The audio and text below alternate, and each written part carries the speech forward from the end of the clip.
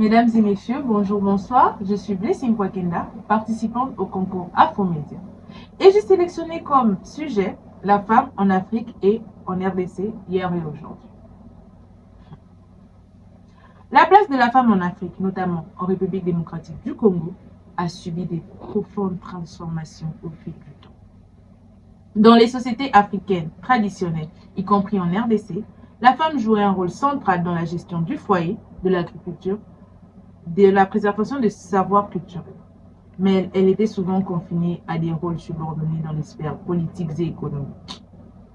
Bien que des figures exceptionnelles comme la reine Dinga au Congo, Yashintwa chez les Ashanti, ainsi que Kimpa Vita, aient accédé à des positions de pouvoir, leur influence restait limitée.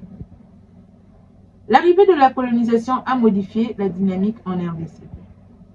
La colonisation belge a renforcé le système patriarcal, excluant davantage les femmes de l'éducation, la politique et des droits économiques.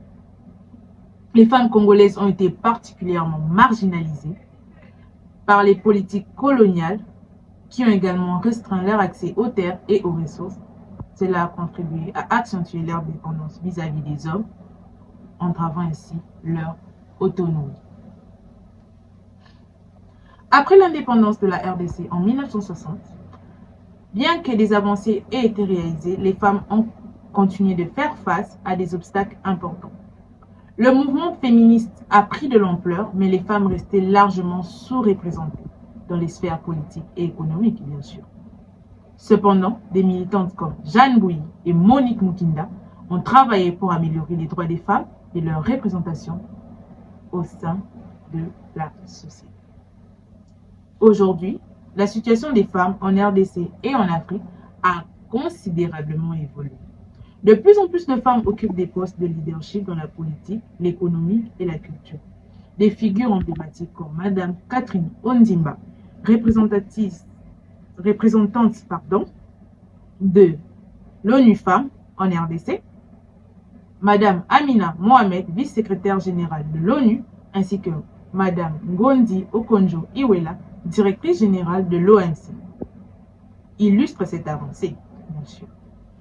En RDC, des activistes comme Marie-Christine Gombo et des programmes comme Femmes pour la paix en RDC soutiennent les droits des femmes et les aident à reconstruire leur pays après des décennies de guerre.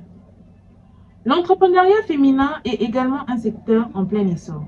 En RDC, des femmes prennent la tête des petites entreprises et participent activement à l'économie.